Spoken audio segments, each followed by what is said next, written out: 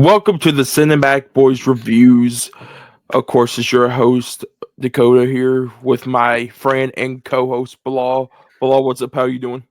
I'm good. Hopefully, I'm doing better than Sammy. Sammy's just catching all these strays right now.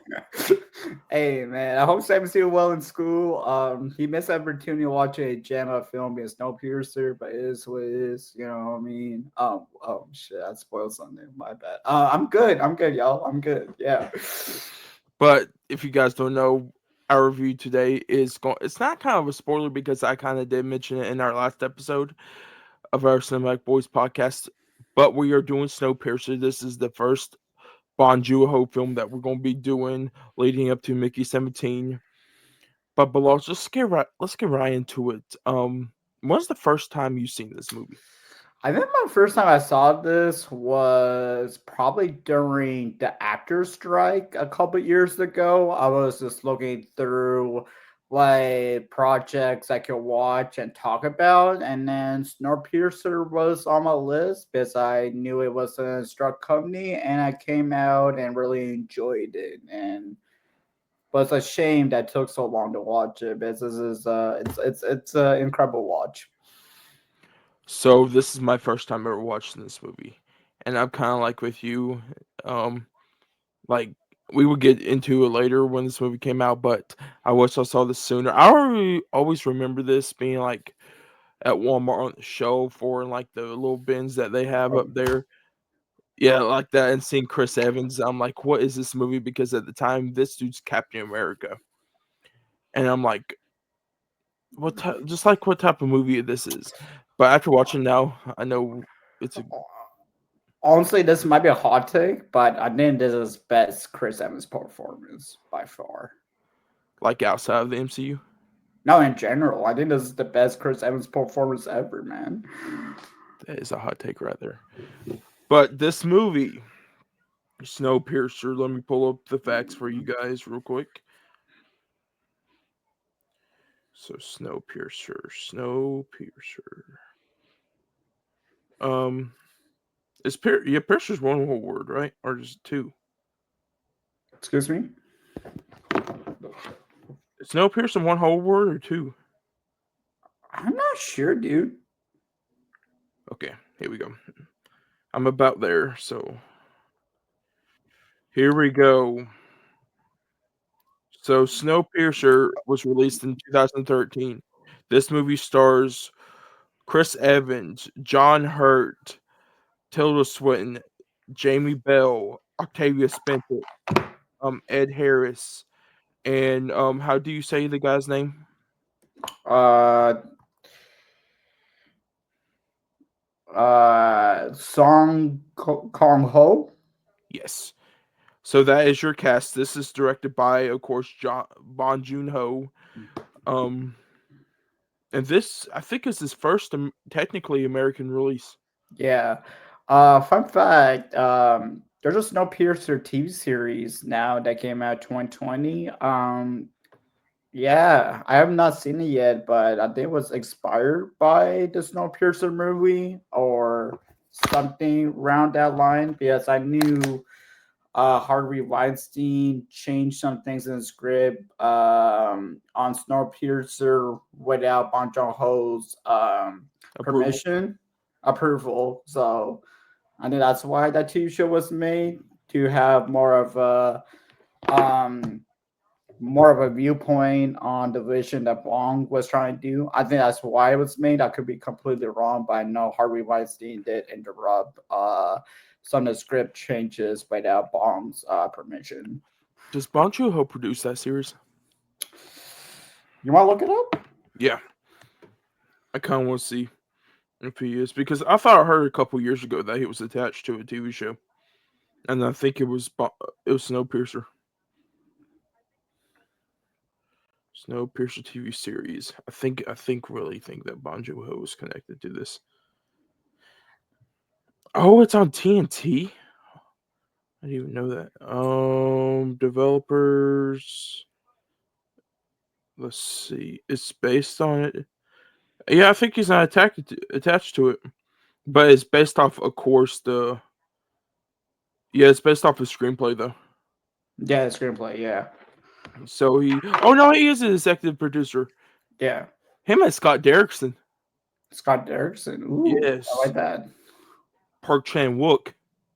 Park Chan Wook. I love that guy, man. We got to talk about Old Boy and Ghost movies too. Eventually, you're. You got three great directors like literally producing like a show. Holy crap! I need to see the Snowpiercer show. I kind of want to watch it now. Yeah. And it's also based off a 1982 French graphic novel. Not only the movie, but the TV show is Yeah, also. yeah, yeah. I know that for a fact. Yeah. But Law, let's get right into it. What is your spoiler-free review on Snowpiercer? Snowpiercer is a movie that you really need to pay attention to detail to understand the full scope of this movie. It's a movie that if you blink, you miss a moment kind of thing.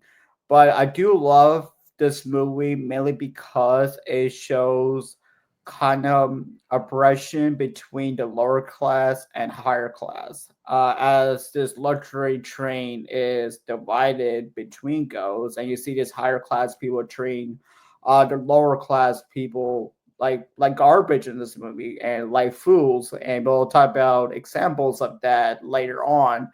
But I like the fact that you have a really strong leader in Curtis, played by Chris Evans, fighting back. It's just a really interesting film because it's a sci-fi movie. Because this movie takes place in the Ice Age, and you're in this train the whole movie. But it's a mystery movie because you're trying to figure out what is going on in this movie. It's a drama film. There's a lot of emotions in this movie. It's a thriller, it's action. It blends so many different genres into one, which is something really impressive piece of art of Snowpiercer. And I love the cinematography and the score of this movie, and so much great symbolism in this film. For me, for Snowpiercer, I really enjoy this movie. Going into it, I didn't know like a premise of this. All I knew was they were on a train, the train, and this is where they live. Because of course the outside area is frozen. So after this, I knew Chris Evans was in this. I kind of heard like he gives a good performance, and he really does in this movie. I like this whole cast; they all give great performances. It's really emotional in this movie from all the characters because they got their own little different stories in this. But like you said, the cinematography, I love the cinematography in this. The design, because I think the outside design on the train is like CGI, and they done really good with the CGI Yeah. on it. And like you said, the cinematography, the sets just on this train, especially once you get to the back half of the train, like the back of the train, definitely you can definitely Yeah. get that. You know, especially Yeah. once you get up to the front of the train, the action in this is really good, Yeah, it and goes hard. this movie kind of graphic a little bit, but and it has some really tense moments, and I really enjoyed that all the combination of all of this bringing together, and I was locked in the whole entire time. It's like this Yeah. is like 2 hours and like 6 minutes, and when I was locked in the whole entire time, and this actually made me more hype for Mickey 17. Yeah, yeah, yeah, for sure. But you know what performance that has shocked me was Tilda Swinton. Like she was so unrecognizable in this movie. To be honest, I'm like, is this Tilda Swinton or is this Kate Blanchett? I'm like, I don't know who it Bro, is. bro, because Tilda doesn't talk like that. It was like a completely different accent. It was so interesting on how Bong made that directing choice of making her such a psychotic character, but like with such a different voice than Tilda they were used to. No, that's not her natural voice, obviously, but the way she acted was great though. But let's go into our spoiler thoughts and like our questions normally. So if you guys haven't seen Snowpiercer, this is available. I don't know if it's available in Canada on Tubi, but on in the United States it's Uh, available on Tubi, so you can watch this one for free with ads, of course. oh, or just buy a Blu-ray. It's worth it. You can, but if people want to watch it on streaming, Uh, that's the best it's way. it's on Amazon Prime in Canada. It's on Crave TV on Canada, which is basically HBO. for US. That's just different service kind of I thing. think it's like on Movie Sphere for us for like if you give through Prime membership, but if you want to go the easy route and don't have to pay anything, it's on Tubi. You just have to deal with the ads. But Bilal, do you have any spoiler? Like, do you want to talk about spoiler stuff before we get into like our normal stuff, like our favorite scenes and stuff? Yeah, let's go into that a little bit. Let's go with the opening. I love the opening that shows that Curtis is very, patient to find opportunities, and you can really tell the people around him really trust Curtis to make the right decisions. And I just think that makes Curtis such an interesting leader and character in this film, that he's always determined to do the right thing no matter what. But yeah, you want to talk about Curtis, like the little opening scene of everyone trusting Curtis kind of thing? So I really enjoy this. I think it shows that Chris Evans does have acting ability. I don't know if it's just him or if it's Bong Joon-ho that brought it out of him, but you see it right here because it's Edgar. I think the other guy is. Yeah, He's telling Edgar. him not to go for it, but you could tell that Curtis is like starting to form a little bit of a plan because he's telling Edgar, he's like, I gotta watch these doors. Like, we gotta see how we can get through there because all the doors go automatically at the same time. Yeah, I think it was like 3 4 seconds until the door shut. I think that was in the movie. It was 3 or 4 seconds. I believe so. If I Yeah. remember correctly, yeah. So you start that right there, but it just you just get this tense moments because not only that, but they're clocking off the people like the rows, and you just see him standing there, and you could tell this dude is already on a mission. He Yeah. don't care when we first see him. Yeah, but the scene that haunts me in this movie is when Tilda Swinton's character first shows up, and the person like makes that person put his arm out of the train, and you see that his arm getting frozen up, and you see they used a what, an axe to cut his arm off. I thought that was a haunting scene, but I also love the piece of dialogue is nobody would put a shoe on their head, and it's just showcasing I am above you, you're beneath me, like showcasing the oppressed being the poor people and the rich people being on top. And you see the rich people in this movie wearing fancy clothing and showcasing how ruthless they truly are. But there's a full circle moment when Tilda Swinton's character says, "Put a useless gun down," leading into my favorite scene that we'll talk about later. But I just want to point that out. I think this movie shows really good of the classes.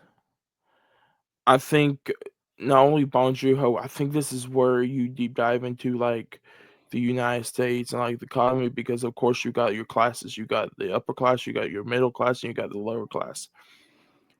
And like you said, this shows like the and not only this, but like I think Bong Joon-ho, like where he's from, they're kind of like this, like the top, they're on top, the bottom is like nothing, Yeah.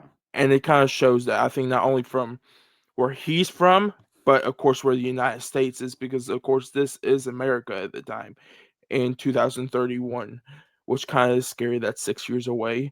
Hopefully this don't actually happen. Um, but just knowing about this and like saying it's so weird because the train, like they're at the back of the train, the rich are in the front, and that's what like technically like how society is. Like Yeah. everybody, like all the poor gets pushed to the back while everybody else gets pushed to the front.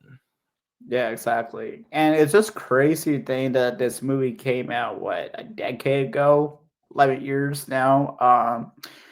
And this shit is still happening in real life, man. It's crazy. Also, I want to give a shout out to I cannot pronounce her name correctly. Spencer, the one who got killed in Halloween 2, that actor. Oh, Octavia Spencer. Octavia Spencer. I really enjoy her performance in that too. Yeah, I want to point that out too. once okay, I saw this whole cast and like building up on like Chris Evans, that it's Jamie Bell who plays Edgar. I saw him. I know him from some movies. I'm like, okay. Then once I saw Octavia Spencer, I'm like, Bong Joon-ho knows how to get his cast together because Octavia Spencer is like a really good actress.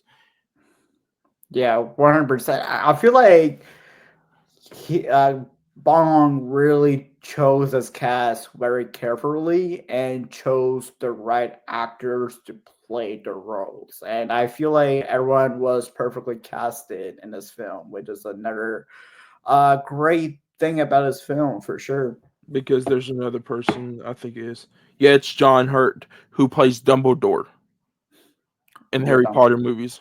So he's a really good actor. So he stars as Gilman in this. But we will get later on to Ed Harris's character. But I like Ed Harris in this movie a lot. yeah. But let's go into that little scene you were talking about, like the guns being what was the line again? Uh, Tilda Swinton says, put a useless gun down, and they realize bullets been instinct this ice age during that moment. And you see that scene of Chris Evans just running towards the like soldier, and the gun doesn't shoot a bullet, and the whole scream of Edgar saying, they have no bullets, and the whole first fight sequence happens, and I feel like that scene was perfect. Because A, it shows how fearless Curtis is, and B, how determined he is to save his people too. I like that scene because like you say he's determined, but he like runs straight up there and he just like puts it up there and he like pulls the trigger. It's so quick. And Yeah, it's the camera work, I think, because it's whoever shoots this movie. Because I know the directors don't shoot this movie, like they orchestrate it around. So who's ever the cinematographer is for this, from the quick camera shots of the gun, his the barrel to the head, the trigger on the finger pulling it. It's that. It's quick. It's fast. It keeps you on your toes a little bit. yeah, for sure. And I feel like the way that was shot, zooming into Chris Evans' face running and going to the whole action that he's doing was quick but was clean, and you can see what's going on, which is something incredible about Snowpiercer. Is it's so well put together that there's no bad scene in this movie.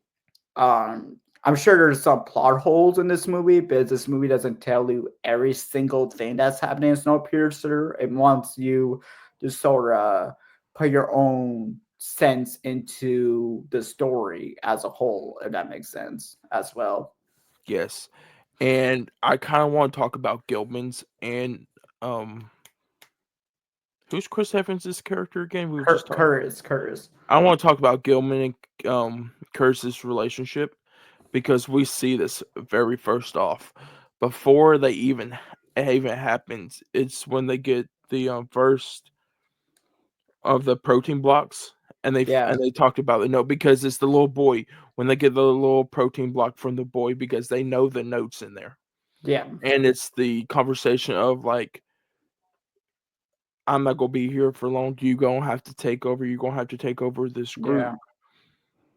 and it's that connection I really like right there. Yeah. I mean, it was sort of like kind of like a father and son relationship between Gilman and Curtis a bit. I feel like that chemistry between the actors was really fantastic as well. I want to point that out too. And we find out, especially like later on, like two parts of the movie, like right near the very end, we know why that Gilman and Curtis's relationship is so strong. Yeah. Oh, who's the actor who played Gilman? I just want to give him a shout Uh, out. John Hurt, he played John. Dumbledore, Oh yeah, John Hurt. Yeah, got it. but let's talk about the ending real quick before we get into our little breakdowns normally of for this. How do you feel about this ending, Below? This ending, the first time I saw it, I wasn't the biggest fan of it, but later on, when What's the guy who was getting the colonel? What's his name? What's his character's name? Wait, are you talking about the dude who's unlocking the doors or the guy Yeah, over? the one unlocking doors, and then Kurt just gives him the drugs. Off Colonel. it's Song no, I Oh forgot. yeah, Song Kong Ho's character. The scene when the ship blows up and has that mystery of the Curtis survived, that character survived. Are these kids able to survive during the snow age? And I think this is the point when the ice age is heating up and it's going away because you see a polar bear during the end just living. So it makes me wonder, how do these characters survive after this ending? It makes me think about that a little bit, if that makes sense. So I will get into that into later. The scene that connects with this is during the train scene of when they're fighting. Oh yeah, yeah. When the uh Song Kong Ho's character says the snow was melting. Yeah, when he's looking outside, and you wonder why he's looking outside, him and his daughter, and he's saying later on, like, I've been watching this train go around, and that bridge we were on, I noticed at the beginning that it would had the fin just poking out. Now it's the whole entire plane that is exposed, and he's like, it's melting, and even the snowflake. I was wondering why they showed the snowflake, and he's like, it's Yeah, the snow. It's like packed full snow. It's just regular weather now. It's not the ice age that we thought it was that at the time when it first started. It's like reversing itself, kind of. yeah, exactly. And you know what? I like that fact that this movie has some of the smallest details that go full circle. It's just incredible that they do that. Like first, for example, let's go a little back. The protein block. Um, at the beginning, we're wondering what's the purpose of the protein block? What is it made of? Later on, we find out the protein block is made by cockroaches, which Yeah, yeah, I was thinking that too. eh, eh. But then another scene is the yellow jacket lady was mentoring all the kids, right? And you're wondering why is she mentoring these kids? It's for the secret engine where Timothy is during the end of the film. Oh shit, I didn't even think of that. So it has so many small details to just go full circle and just perfect that way, man. Not only that, but I kind of want to go back to a certain death that is very two certain deaths that's very devastating, and this is Edgar's death. Oh man. I really felt it. I don't know how I feel about Curtis right here because Curtis looks like he wants to save Edgar, but he knows he has to get to the front of that train. So it's like a little bit of helping people out because he's trying to help these other people out, but he's being selfish because he leaves Edgar behind to get killed. Yeah, it's a sad death scene for sure. It hits you in emotional aspects, but you gotta understand that Curtis has to make some sacrifices to help more people. And going after Tilda Swinton's character is the prime example of going to the front because she knows the ways there, right? So it makes sense in the story wise, but I wish we got more Edgar in this movie because I really enjoy his character though. Yes, and especially like going back to the very ending, the story that Chris Evans was telling Song um where when they first started, when this for all first started, that they took everything away from them that they thought they were gonna get stuff, and they took them away, put them in the back of the train, and they started to eat the people the weakest, and they start and it's the line of the babies taste the best.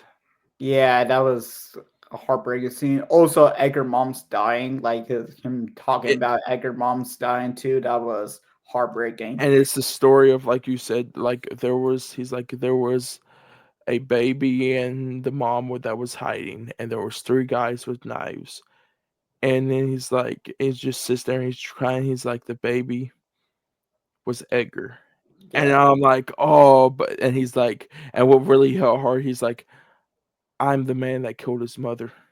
Oh yeah, that was such a heartbreaking scene too. But I also love the emotions that Chris Evans brings during that scene, especially with him screaming, "Open the fucking gate!" Like that was such perfect scene that Chris Evans delivers because he's heartbroken of killing Edgar's mom. So that's why he cares about Edgar so much. It makes a scene when he has to choose Tilda Swinton's character to cast Tilda Swinton's character instead of saving Edgar. Just it's heartbreaking. It's kind of like losing like a brother during that scene, or if that makes sense. Yeah. So for um, I want to talk about a little bit more about this ending. It's to the point. I love before we find out who Winfield is we find out why he's using the waste Cur- products. Colonel, I think that's the name of it. Is it Kronos? Chrono. Colonel. Yeah, yeah, I think it's Chrono. How Um, do you spell Colonel? I don't Snowpiercer drugged. I'm just gonna search that up. know, Hold on. but we find out later on that he's like, I love this line. Do you think I'm really a druggie? He's like, I was saving this the whole entire time to make a bomb. And he just puts the little thing in it and he just sticks it right up there. It's Colonel. That's how you say Kronole. Colonel. Colonel. Oh, Wait, okay. it's a real though. No, it's because it's the waste the product of the train. It's not real. Damn. I really wish I could get some. Oh, what? Nothing. What the fuck? But because I thought it was mysterious because the daughter's like Chrono, and she's just like they're over there like messing with them. Like if they are sniffing this and taking this, why are they messing with it so much? And he's like, oh, I love just how he just sits there. He's like, I got. He's like, bomb. But yeah, but also I want to talk about the piece of technology in this movie that they use to translate the different languages. I like that. I I like that too a lot, and I think that was something really smart in this movie because it makes it feel realistic too. Because the poor guy doesn't know how to speak English, and he's speaking Korean, so obviously the other people not gonna understand that thing about it. But I also love the way the daughter could sense that there's people in it, like people behind the gates, right? That was very used very effectively when you see the scene where I'm going to say fishermen come with like the fish and they're cutting the fish to scare the rebels, man, Chris Evans, all those people, right? That scene was effective. You know what I'm talking about, right? Yeah. That scene was very effective. The first time I watched, I'm like, what the fuck is going on? And you see this guy just grab, like, everyone grab a fish. No, not grab a fish, like, grab the fish around and, like, put an axe through it, and the blood's coming out. It's just a great example of using a skill set to scare the people in front of you. And I want your 2 cents on that scene, actually, before the fight scene that happens. Okay, I was kind of confused about the fish. I'm like, why are they sticking this in the fish? A little bit, but the scene of like, oh no, she's like, no, don't open the door. He's like, why? She's like, there's bad stuff, and her father's like, I just looks there. I'm like, what the fuck? It's like, oh fuck, I meant boo boo. And they're just standing there. It's scary a little bit because you can't see their faces. All you can see is their mouths. I love it. Yeah, I love it saying Happy New Year. And they're I'm like, what the? like, I think Tilda Swinton's kind of funny in this movie, though. yeah, those was fucking hilarious in this. But yo, the axe fight scene during that was absolutely great. I was laughing my ass off, and Curry just slips on the fish. Curse the slips on the fish. He Yeah, I don't remember. falls. He Oh falls. yeah. I'm like, Curtis, man, you're a badass guy. You're not gonna look what's down there. Make sure you don't slip on something. No, Like, come yeah, I on. remember that now. I'm like, what the fuck? It's like, It's the oh, oh the fire. oh yeah, the Uh, fire. Oh my, yo. Speaking of the guy I love, the guy with the tattoos, like the shirtless guy in the tattoos. yeah, kind of like the kung fu guy. The Kung Fu guy, he was so dope. I wish he was in the movie longer though. He was such a cool character. You know who's my? You know who I like? Also, the dad with the one arm. That dude was crazy as hell after that. Yeah, Especially once they caught her, he's like, I love. He just puts the shoe on her head. He's like, yeah. I love that Tilda Swinton was like, no one will put a shoe on your head. I'm the hat. You're the shoe. I was laughing at the scene. It's I'm like, like, I'm like, what the fuck is she smoking? Is she on some of that kernel over there? most likely. I mean, but I love the fact that there that seems like they got people translating what Tilda Swinton was saying. It's like, stop doing that. We only got 7 minutes. Yeah, like we only got 7 minutes. Too much time. Man, actually, talking about this movie doesn't like make you like this movie way more. Like I already liked this movie before, so we're just paying a little bit more onto it. Yeah. Um, So oh, the thing is, I actually, sorry to interrupt. Like, you know, with the scene of us very scammy. When it's Tilda Swinton turns like the train was going through the tunnel. He's like, some of y'all not gonna survive this, and then the daughter. people with the axe, people with the axe had the night vision goggles and had the upper advantage over the lower class people. I thought that was a really interesting scene. Also, love the cinematography and the way that Green looked in the night vision goggles I like. glasses. During that scene, I like the daughter. She looked at her. She's like, "You guys fucked." Yeah. He's like, "Why?" She's like, "There's a tunnel." I'm thinking, why the fuck did you guys not know there was a tunnel up ahead? It's like a little communication beforehand. Yeah. Oh, another But thing I like, and you start picking this up, the balance of that they were talking about in the movie is the sushi. When they have the sushi. sushi bar, and she's like, "We only have sushi in January and July." Yeah. I'm like, the weirdest times of the year, though.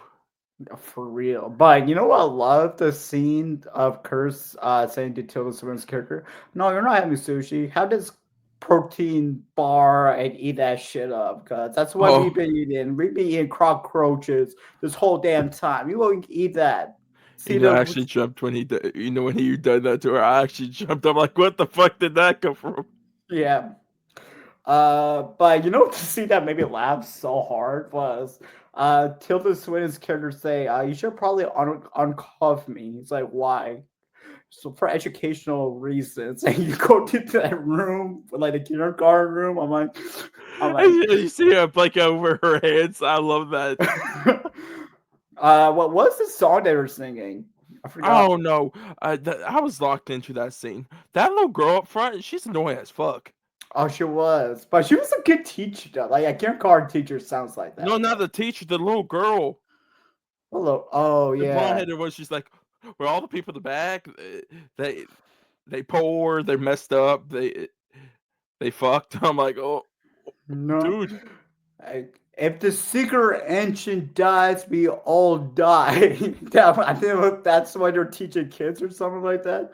They were glazing Wilford like crazy in that I class, love. bro. I'm like, where did the musical aspect came in? Because she was just going around in the feed in that little podium thing, and she just starts singing the theme song, their theme song. Yeah, but the scene that like was scary about that scene though. The scene when they're getting a whole bunch of eggs, and the eggs actually have like real bullets in it, and they're like, that was just a rumor that bullets were extinct, and then a whole shootout scene comes on. Recipes to the one arm guy. No, no, there was no bullets in it. It was the message. No, the shootout scene, bud. No, no, because the guns weren't it, but it's the little slip that he had blood, and Oh he was yeah, looked but so confused why that message was in there. yeah, but the eggs have bullets in it though. No, the guns were in under the Oh yeah, eggs. yeah, yeah, yeah. You got it. Yeah. Wait, I swear I saw a bullet in the egg though. No, because it's the middle message thing. Because remember, Chris Evans opens it and pulls the little thing out. Oh yeah, yeah, yeah. It kind of sad for Gilman's death right there All because right. they kind of did live stream across the whole entire train. Yeah, that was sad, man. Rest in peace, bro. The pregnant teacher lady just coming out, guns blazing with the gun. I'm like, you're wild, bro. Just like, she was casual though.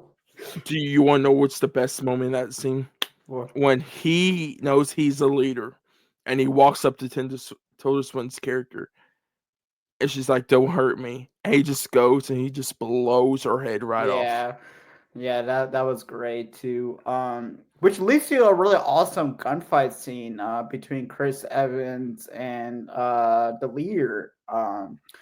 That was like across of the train. I love that fight scene. The cinematography was cool. I'm like, this feels like Call of Duty right now. This is awesome. Oh, I didn't think of that. But it's the last part of when they reload and they look at each other, and it's one bullet shoots at one, and it goes right here, and the other shoots at the other, and it goes right there, and they Yeah, just walk off from each other. yeah, dude. Yeah, that's fire. I really enjoy that scene. How did you feel about the set fight scene in the spa? Oh, the fight scene in Spa. Yeah, in the sauna area. I enjoy it. Spencer's character dies during that. I'll be like, oh man. Oh, it's fair stepping. She's like, "Let me see, Timmy." Yeah, man, that one hit, bro. Yeah, she just want to see the kid again. And Kung Fu dude just got taken out like no matter what. I know, right? That was kind of dumb because like this guy knows how to fight, bro. They did Kung Fu guy dirty. Yeah, they did. Why did Bong Joon-ho did a kung fu guy dirty, man? I don't know who Huh? was left from that. It was Chris Evans is just the song and his daughter in the movie, right? Yeah. Um, that we go through the club, Oh yeah, the the club. hair Bro, spa. bro, I love that Song Kong Ko's character wears like a fancy jacket after that club. He sees like two people lay down. It's like, nah, this is mine now. And he's just taking the because I'm like, why are they taking so much of the Colonel? Because you see how they're down there and they're just taking a whole bunch of it. Yeah, they were gonna get bullied the whole time. Not bullied, a bomb the whole time. Make a bullet. What the fuck? I'm, um, I'm, I'm speaking too fast, man. I'm not thinking. then let's talk about this final reveal of who Winford is. It's fucking Ed Harris. When they open the tray, I'm like, is that Ed Harris? I'm like, what the hell? Why did you watch a trailer before watching this movie? By the No. way, okay, okay, good. I was gonna say, Did they show it in the trailer? I believe they do. What the hell? I That's mean, they insane. showed it in the Blu-ray, man. He's right there. Right there. You don't know who Ed Harris is. He could just be in Ed Harris. Yeah, true. I'm like, what the fuck, Ed Harris?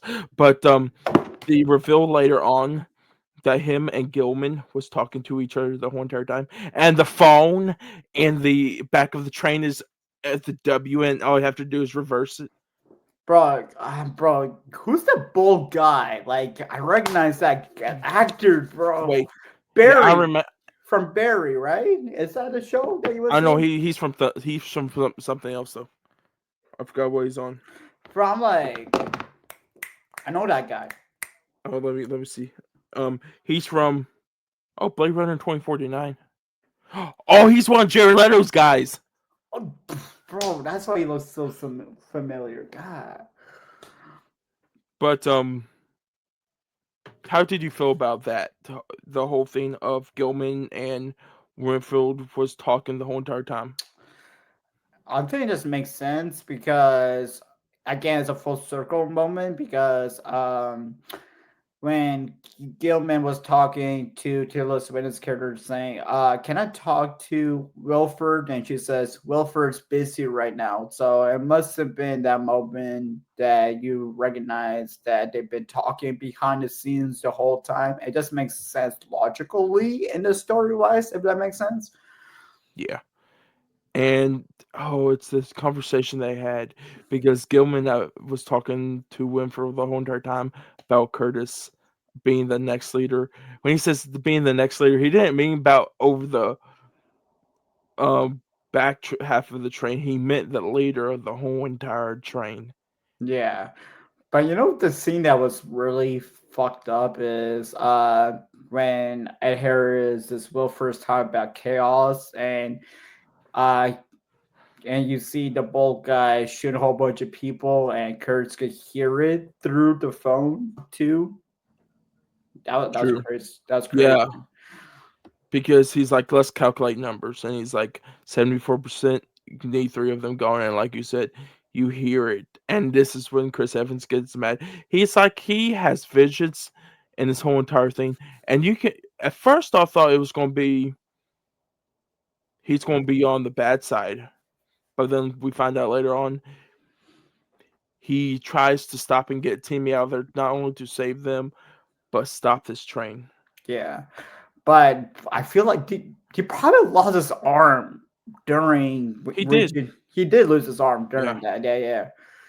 And so when the other son comes out, because they think they got the train stop until the other son comes out and gets in the part that goes back in, and he can fix that part right back up and keep on the train still moving. Yeah, bro, I love that emotion that Chris Evans says, "Don't do it, please." He uses screaming his lungs out, and the kid does it anyways. Which makes me think: did it brainwash these kids a little bit? Like, did I wonder because you see the guy that he knew that was making the protein yeah, bars. yeah, yeah. He was a druggie during that scene or high or something. I love his introduction of him swinging up the thing. It's like, He's like, I got no buy here. Let me do it by myself. yeah. Yeah, bro, I would not make those fucking Protein. cockroaches protein blocks, bro. Fuck that. Why is it protein blocks? Do cockroaches have protein in them? It, they say bugs do have protein. I'm good. I'm not puking. But you know what's sad? I thought Chris Evans was going to survive this movie, and everyone dies at tip. Little Timmy and I mean, did it die? They didn't show a body. but he's just laying there though. True. Okay, a good question. Do you think they should make a sequel to this? I mean, probably not since it came out in 2014 and they got a TV show running now. So Do no. you think the TV show will show more of the ending and spear that into like what happens after the train wrecks? Most likely, I think there's 3 seasons of this TV show right now, or Or 4 seasons. four? 4 seasons, so they must have really dived into the story way more than the actual movie. I feel like I said, Harvey Weinstein didn't interrupt Bong Joon-ho. I feel like the story would have been much more longer than 2 hours. It feels like it should have been like 2 hour 30 minutes or a 3 hour long film, to be honest. Because there's so much that still needs to be impacted in the story, but I still think it's a 5 star movie. Yeah, I really like this movie. So let's get into our normal breakdown of stuff. So Bilal, what is your best performance in this movie? My best performance, it has to be Chris Evans as Curtis. The emotions, the patience that it brings, the whole badass fight scenes that Chris Evans brings is absolutely fantastic. Like I said before, I think this is Chris Evans' best performance in my opinion. I feel like he brought his A game and really cared about this movie and the source material in Snowpiercer. So for me, my best performance is Chris Evans. He shows a really good dynamic of this character from going to really super smart at the beginning to it's when he's pressuring it's on the line, he can deal with it. Without And the doubt. little change up at the right end, you thinking he's going to be on the bad side, but he's still on the good side and still tries to stop the train. Yeah. So, what is the best scene for you? I think I already said the best scene, the No More Bullet scene. I think that scene is too badass. It shows that Curtis is ready to fight back, and there's a whole bunch of people who want to do this and fight for their rights in this movie. It's just a really powerful scene, and I just love that everyone's screaming during this moment while fighting back. I think it's just a really beautiful scene in Snowpiercer. The best scene for me is when Song is explaining like why he wants to get outside because he says he won't freeze to death because he's been watching that plane, Yeah. every year once they pit the thing. So, what is your favorite scene? My favorite scene in this movie has to be the fisherman scene where the fish is getting cut and you see a really awesome axe fight scene with all the rebels fighting back on the new class, well, higher class people. I think that was just really brilliantly done and great cinematography as a whole. My favorite scene is when Chris Evans is breaking it down and telling Song about Edgar when he was little, and especially the arms when they were cutting the arms off afterwards, Yeah, because it's after they protected the Edgar, they arms off, and he tried to cut his arm off, but he didn't want it. He couldn't do it. yeah. Um. So was that mostly it for you for Snowpiercer talking about it?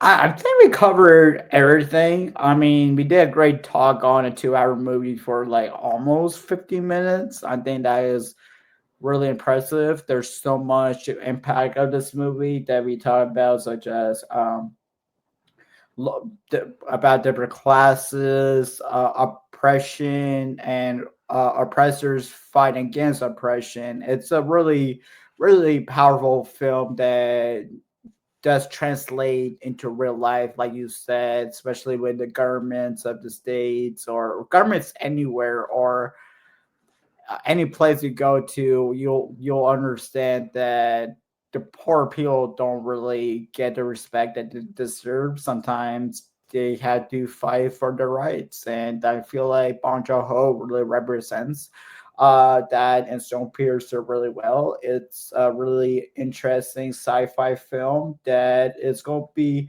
relevant forever. I feel like this movie is very underrated. I don't see a lot of people talk about Snowpiercer when it comes to Bong Joon-ho movies. You'll obviously have Parasite and Memories of Murder being the main two ones that people talk about the most. But yeah, I think Snowpiercer is an excellent film as a whole. So let's get right into our after things. So let's predict this Rotten Tomato score for you. What do you think the audience and critic score is? I'm gonna go with a 90 and a 90, even split. You going 90? Okay. Snowpiercer. Not TV series. I'm talking about the movie. Um. dun, dun. Okay, so you said 90 split. Yeah, 90 split. So the critic score is 94. Oh, The audience score is a 72. I understand why the audience score might be a bit lower because it's a movie that involves so much focus and it's kind of it's kind of a divisive film too because I feel like not everyone's able to follow every single aspect of this movie. So I do understand why the audience score is a bit lower. If that makes sense. So yes. So what do you think it made in the box office? So it had a $40 million budget. It has to make 100 mil at least, right? So it made 86.8 million. 86 mil. Okay, that's solid. Do you remember this being released in theaters? I was 14, man. I don't remember shit. I don't know. This is the year. What was this? 13. What came out in 2013? Iron Man 3. Hell, I think I only remember Iron Man 3 because I went to go see that. I remember when this released though on physical. Yeah. So let's look up Oscars before we get to our ratings. I I don't don't even. think I don't think this won Oscars, right? I don't know. Hopefully, it Because got nominated. I don't know why, but Letterboxd considers this as a Korean movie. But it's English though, right? So Yeah, this is because it's under the Harvey Weinstein Company. it was before Harvey Weinstein bought it, and I feel like didn't Harvey bought it later on? Mhm. I think. Okay, so we didn't get no Oscars, but I can look this up real quick. I think it's all under the Weinstein Company because technically that's the first logo that pops up. I thought it was CJ Entertainment picked it up first, and Let me look because Letterboxd tells like the official ones, like when they first made the movie before anybody picks it up. So, oh yeah, you're right. yeah, That's the only one because every other studio's in it. The only one who didn't pick up was the Weinstein Company, which I kind of want to see. This premiered. obviously the Weinstein is over To be now. honest with you, Weinstein might have this. I wonder if they took off Letterbox because this didn't premiere at any film festivals to be picking up for. So I'm wondering the Weinstein's already had hands on this and they just don't want to be connected with it anymore. Yeah, maybe. But what is your rating for this movie below? Um,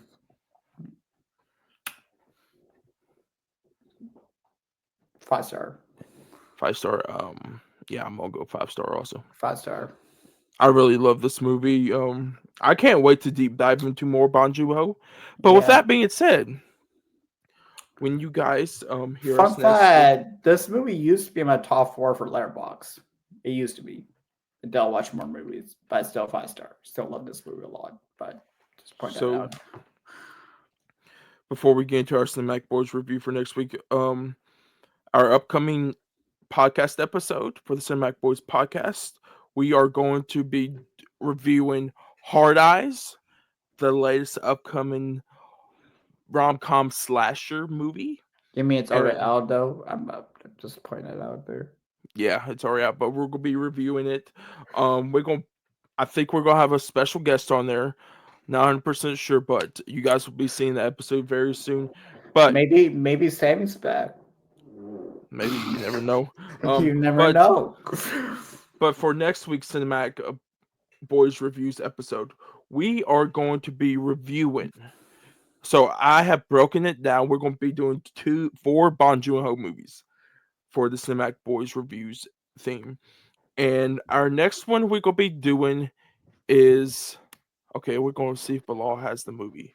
I'm gonna see if me and Bilal are like um, keeping key together with our mind. I know he don't own this movie though. which one? Oh, We're gonna Memories of be Murder? no, we're No, doing the the host. host. We're doing I the don't. host. I don't own the Yeah, I host. knew you. I So knew you did. I So but yeah, I can't find it anywhere though. we're gonna be doing the host. So a little bit of breakdown. Sorry about that. We're gonna be doing the host next week. You guys will be getting that episode. The week before Mickey 17 comes out, you guys will be getting Memories of Murder. Then for that Sunday, 2 days after Mickey 17 comes out, we're gonna be putting our last Bong Joon-ho review out for the Cinematic Boys reviews, and that is gonna be Parasite. So guys, get ready. You got 3 more Bong Joon-ho movies before we get onto our next reviews, which are still being planned, but we will guys let you know later on. Probably post it on the social media like Instagram, TikTok, and all that stuff. But guys, if you are new here and you guys are listening to the audio version, Rate us 5 stars. Hit that follow button. Let us know down in the comments if you've seen Snowpiercer, if you like the movie, if you don't like it. And if you like it, watch it. Tell us our after this review. Tell us our thoughts down below, and also do that for the video version on YouTube. Hit that like button if you guys like this review.